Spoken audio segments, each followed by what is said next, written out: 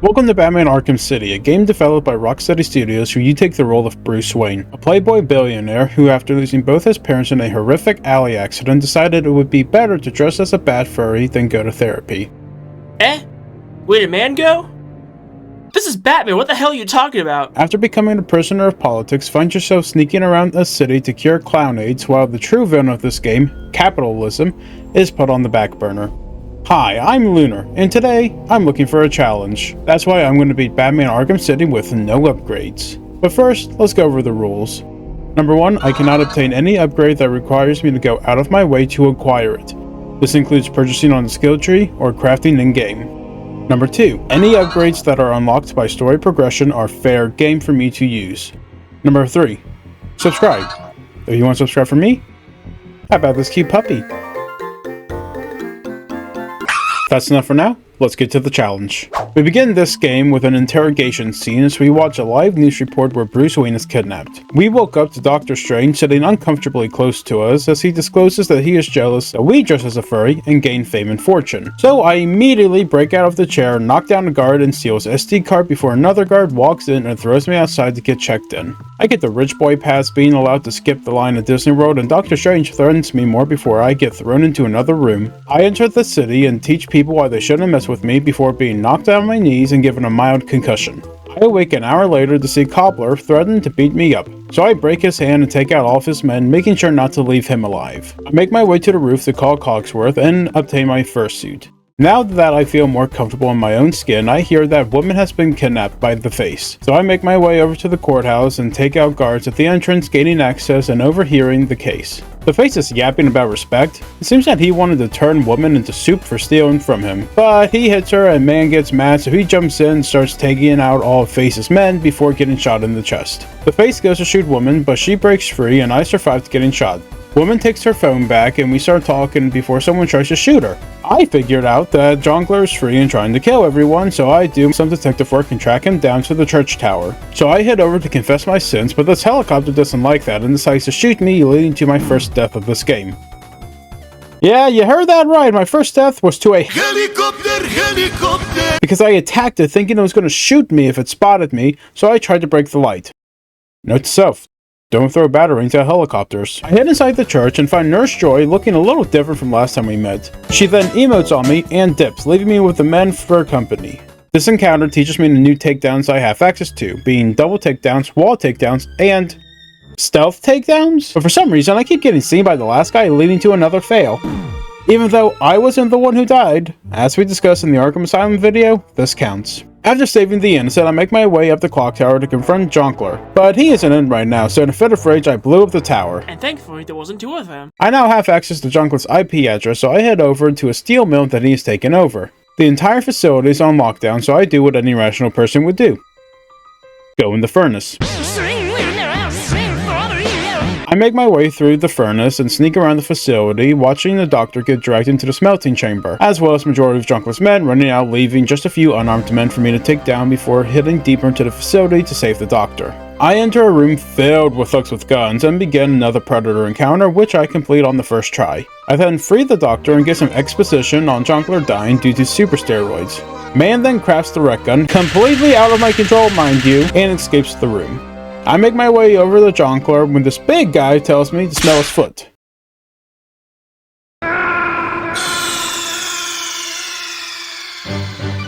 Snake, are you okay? Snake? Meet Righty. He's kind of like a non-tying titan, if that makes any sense. The way you would typically deal with him is to spam the special combat bat swarm to stun him and push away the smaller enemies. But you see, that's a combat upgrade, so we gotta do this the old-fashioned way, using the Ultra Stun by waving my cape in his face 3 times before I can start a beatdown. But the other enemies will still attack me during the beatdown, so what I have to do is focus on the smaller enemies first, then I went right after Righty. After everyone was down, I make my way up to see Jongleur, but I'm too late as he is flatlined. Or did he? Surprise! I confront Jongleur for lying about being sick, but it turns out he isn't lying as he reveals that he's given me clown AIDS, along with spreading his contaminated blood all over the city. He then emotes on me and kicks me out a window. I am sent on a mission to find Mr. Simp from the GCPT headquarters to get the cure. I take out some of the Junker's men trying to break into the facility, then take out some of Cobbler's men who are inside the facility. I interrogate the final thug, learning that Cobbler kidnapped Mr. Simp and is keeping him in the museum. So I make my way over there to save Mr. Simp and get cured. But it might be a little hard as Cobbler decided bridges were for wusses and blew them all up. Nonetheless, I head over and take down some guards in front of the museum and head inside. But Cobbler is one step ahead of me and activates some scrambler devices to prevent me from using my tech. So I have to run around outside and mess with the scramblers. I take them all out flawlessly and enter the museum, pausing to take notes right as a jump scare started playing. I head downstairs, saving a cop from becoming a corpse, and truly learn how to do a beatdown.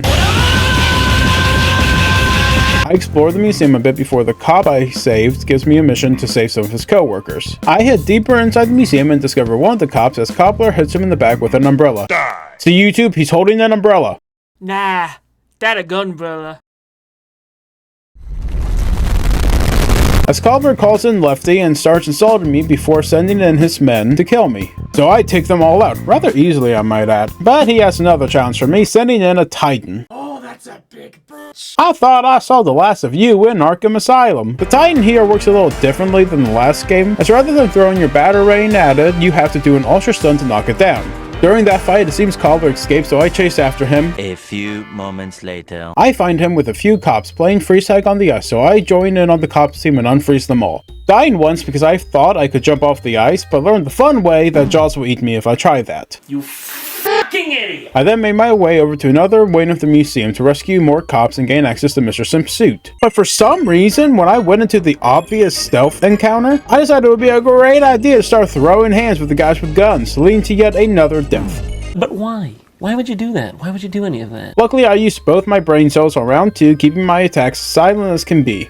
With the cops saved, I ignore the suit and go to save more cops, but Cobbler has his freeze gun, so I have to find Mr. Simp and save him. Heading into the other wing of the museum, I find Mr. Simp being baked in a sauna. So I go to get behind the sauna to free him, but knock knock. Who's there? Lefty. This fight works just like the one against his brother Riley, where I focus on taking out the small enemies first so that I don't have to worry about them coming at me when I'm doing the beatdown. I free Mr. Simp and threaten his wife before threatening his own life so that he will tell me how to stop Cobbler. He tells me that he built a chip into his suit, so I grab the chip and meet up with Cobbler, deactivating the ice gun, knocking him off the balcony. I am just about to take him in when he decides to blow up the iceberg, throwing me down into a battle arena. My opponent? Frankenstein! The goal for this fight is not to hit Frankenstein, but rather to break the electrical components on the floor when they turn orange. You also have to avoid his attacks with his chain balls. He'll throw his balls at you and swing them around the room. I've seen a lot of people complain about this fight in challenge runs, but honestly, this was one of the easier fights of this game. For phase 2, the electrical components will switch between being open and closed, so you can only blow them up when they are open though. When you blow them up, little rats will come out and shock you, but this phase was the quickest by far. Cobbler then shows up threatening me with, "Was that a rocket?" So I do what any rational person would do. Beat this man to death. I ask Mr. Simp for the cure to Clownades, but he tells me he doesn't have it, he's just missing one component. Sandman. Unfortunately, he's dead, but as we're talking, some psycho breaks out and runs away, leaving me a trail straight to where he should be. So I chase her through the city and place a tracker on her back before my son, Burb, shows up taking out 2 of the ninjas. But see, I need them to escape, so I tell him to stand down. We then exchange Christmas presents and go our separate ways. I track the ninja to the sewer system under Jonkler's area, so I follow her down there, dying a few times on my way. I'm growing weaker with every step, losing my health, which makes it tougher to fight Jonkler's men down there since I don't have any armor upgrades. I come across a room filled with thugs with guns, and one of them uses a portable signal jammer. I have to take that guy down first, which allows me to use detective mode and watch everyone else through the walls.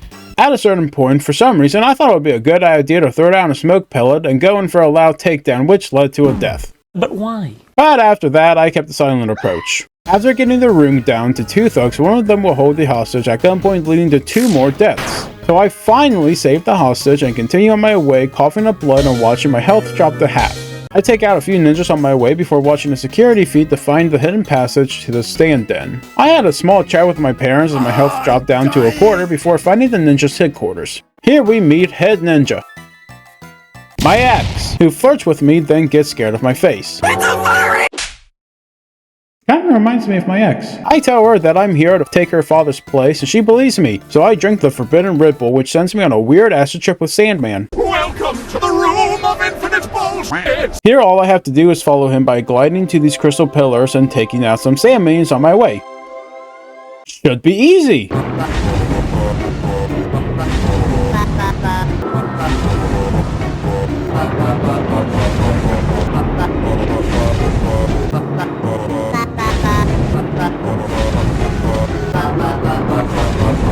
Oh my god, finally. These won't count as deaths since the game over doesn't appear and you just respawn instantly. I now make my way to meet with Sandman, where he says he wants me to strike him down. But man doesn't want to kill people, even though you would literally have an army of ninjas at your beck and call after just one little myrtle. Just one little myrtle. I say it's worth it. Give me butt ninjas. Yeah, butt ninjas. But Sandman is upset, so now I have to fight him at full strength. We meet up in the desert world, where he spawns in a few sand minions for me to take down before he takes a massive sand form. Hey, wait a second! I have to dodge his attacks and quick fire my rec gun to hit him. Eventually I get him down and he jumps at me, where I have to spam counter before performing a beatdown and taking us back to the real world. My ex then starts yapping before we move on to phase 2. We then enter another counter spam followed by another beatdown, and I finally take him out. I secure his blood sample and I take it to the doctors. As I leave, Dr. Strange makes an announcement that Joe Biden was arrested, so I head over there to take down some thugs and interrogate Biden. He confirms that Dr. Strange is working with someone, but I don't have time for that right now and need to get back here for Mr. Simp. So I head back to GCPD to take out a few thugs guarding the place and die. Twice. Before finally giving Mr. Simp the blood he needs to finish the cure. But when I asked for it, he told me that Jongleur kidnapped his wife and now he wants my help to save her. But I'm gonna die soon, so I go to grab the cure anyways when he shoots at me, leading to a boss fight. This boss fight is incredible, as rather than go and punching him, you have to be more stealthy, relying on takedowns in your environment, but no attack will work twice. I did die here on my first try since I didn't know what I was supposed to do, but when I came back I realized what had to be done, and ending with a drop attack off the balcony. I then started punching him till I hallucinate and picture myself punching Jongleur before unlocking the safe and grabbing the cure. The cure is missing. As soon as I'm leaving the GCPD, I see a helicopter getting close to the city and is shot down with a rocket. Maybe don't get that close to a city filled with super criminals, but I have to go save her, so I take out a few snipers and go get her to safety before making my way to the steel mill to get the cure back from Jongleur. I arrived to find the furnace creating a bit too much heat, so I had to go in the back door, which is heavily guarded by thugs with guns. When I got down to the last two people, I went to throw a smoke grenade, and I slipped off the roof, landing right in front of them, leading to another death. I make my way through a water system before coming up to another predator room, where I get caught and died since I went into it with low HP. I continued on my way past Nurse Joy all tied up, kinky, before finding Jongleur still looking sick as ever. Must be my lucky day, guess he didn't have the cure after all. Oh, what the hell is this? For some reason, Jongleur looks healthy, even though he was sick as a dog in his reflection, but I don't have time to question logic as I now have to beat up a clown. I end up getting him on the ground crying for his mommy before he calls in his slugs to help him out. There's a ton of enemies here, but also Righty comes back for round 2. Oh, and there's a Titan. This is gonna suck. And suck it did, as I died over and over and over again, 4 times in total in fact, until I managed to get every small enemy down. Then I focused all my attacks on Righty and the Titan, getting them both down before going after the Jongleur with only a slither of HP left. Seriously, this guy nearly took me out when he was the last enemy. Just as I was about to end things, the roof exploded, falling right on me and breaking a few ribs. Jongleur walked up with a knife to take me out when my ex came up and offered him immortality in exchange for my life. Jongleur's not a fool though, and goes with her, leaving me for dead. As I lay there with multiple broken ribs and a mild concussion, I see an angel coming to save me. Woman lifts the roof off me and I walk away like I didn't just have 2 tons of concrete fall on my body.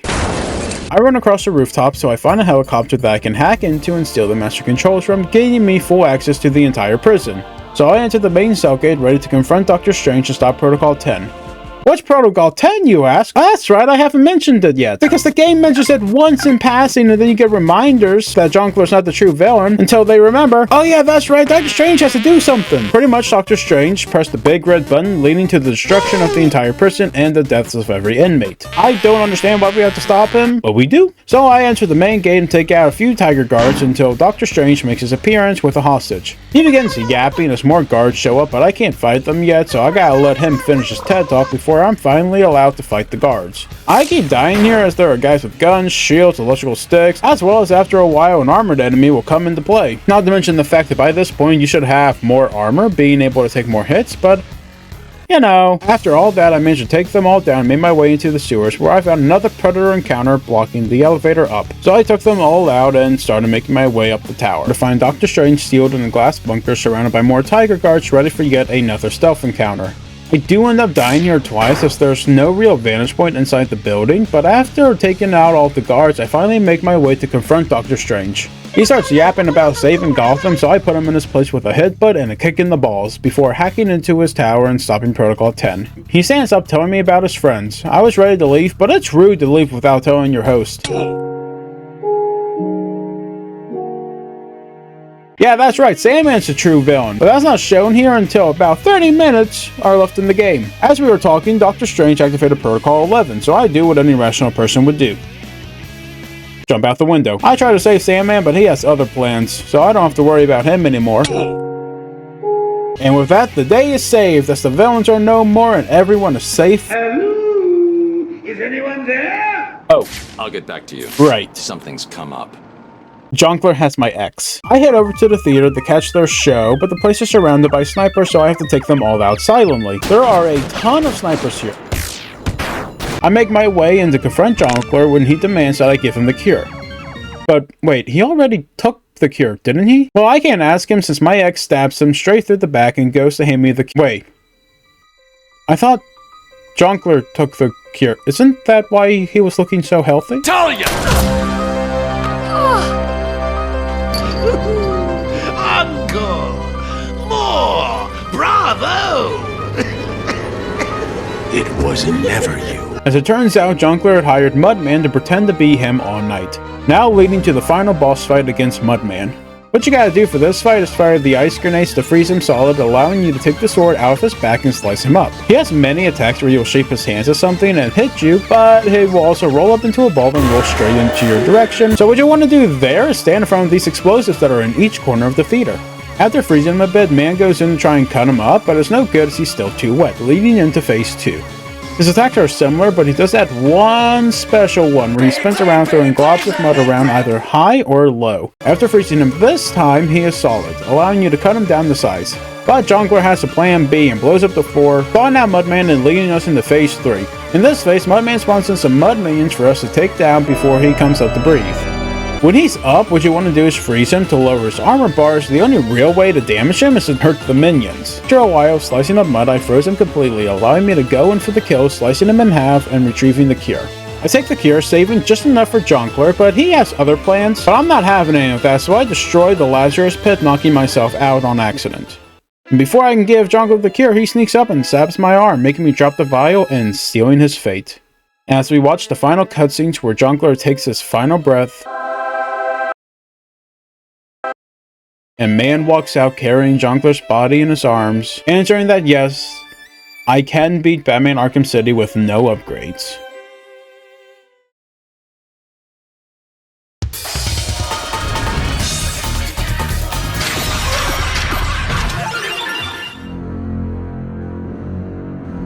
While it is strange seeing the true villains get shoved to the sideline, you cannot argue that Rocksteady did an amazing job making the sequel game to Arkham Asylum connect perfectly. They're spreading everywhere! Oh, what the fuck? If you want to support us and get some awesome perks, then make sure you check out my Ko-fi. Link in the description below.